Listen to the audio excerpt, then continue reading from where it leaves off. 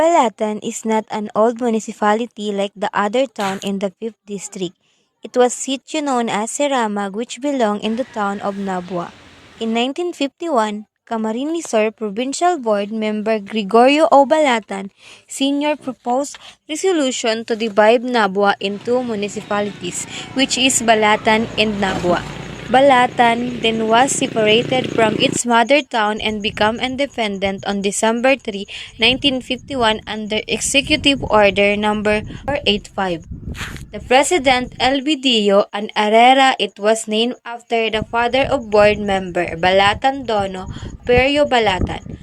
7 years after its established as a town, parish of Our Mother was created by Archbishop Pedro P. Santos.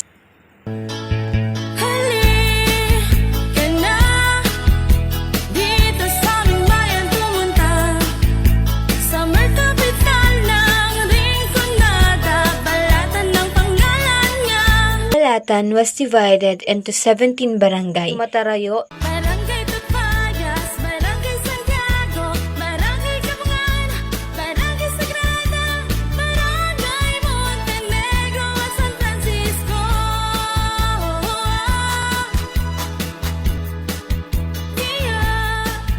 Tara, yayain ang pamilya at tropa, atin din explore ang mga barangay dito sa Mountain Area. Barangay Laganap, Pulang Daga, Kabanbanan, Kayugog, mga barangay sa kabukiran. Tara at ako'y samahan.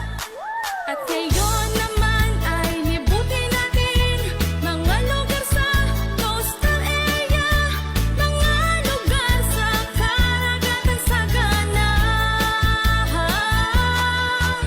Barangay Pugit, Luluwasan, Barangay Peraw, Barangay Baran, Barangay Siramat, Kamangahan.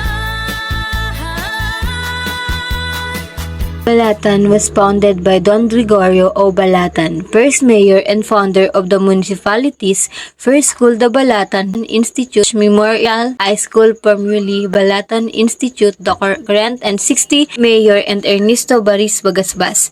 They are the former mayor of the municipalities of the Balatan, the founder of the first mayor during the 1951 to 1967, Honorable Don Gregorio O. Balatan.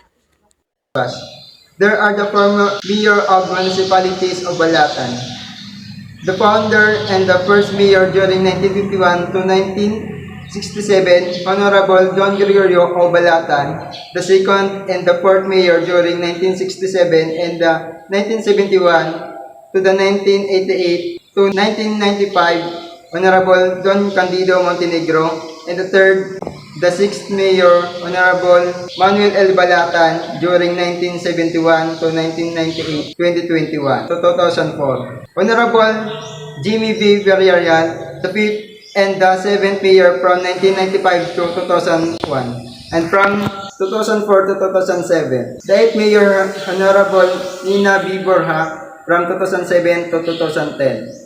Honorable Ernesto Baris Bagasbas was 6th mayor on 2010 to 2019 with his 3/3 term.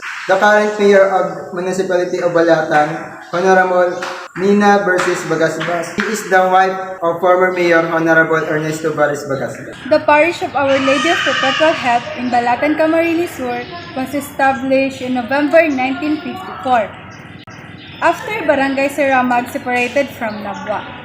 The initial church, built with light materials, was destroyed by a typhoon, leading to a new larger church built during the term of Reverend Father Giuscoro Ibaneta in 1994. Roman Catholic Church involvement can be seen in all aspects of human activity. It shows how visible the church gets involved in religious, social, political, cultural, and educational development. The Balatan Municipal Fish Port, located in Barangay Siramag, Balatan, Camarines Sur, is a relative new facility with its construction and operation aimed at boosting the local fishing industry and improving the lives of fishers and traders. The Balatan Municipal Fish Port was contracted by the Philippine Fisheries Development Authority. Balatan is a municipality and Camarines Sur with an economy primarily based on agriculture and fishing.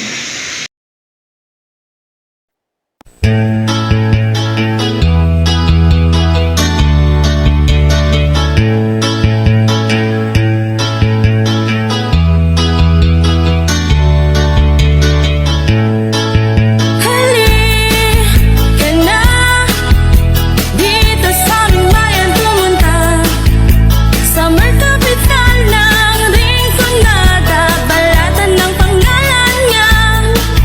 Hiya, tara, atin lang liputin siya. Mga magaganda na pasyalan, tara at liputin na. Sariwang hangin, masarap lang hapin, magandang tanawin, magandang buhangin. Dito lang yan sa ating bayan. Magagaya na view asin dagat. May sarong kultura pang ipinagmamayabang ang mga Balateños. An kamundagan. Ini an paraan kan mga Balateños para giramdomon ang pagkamundag kan Balatan.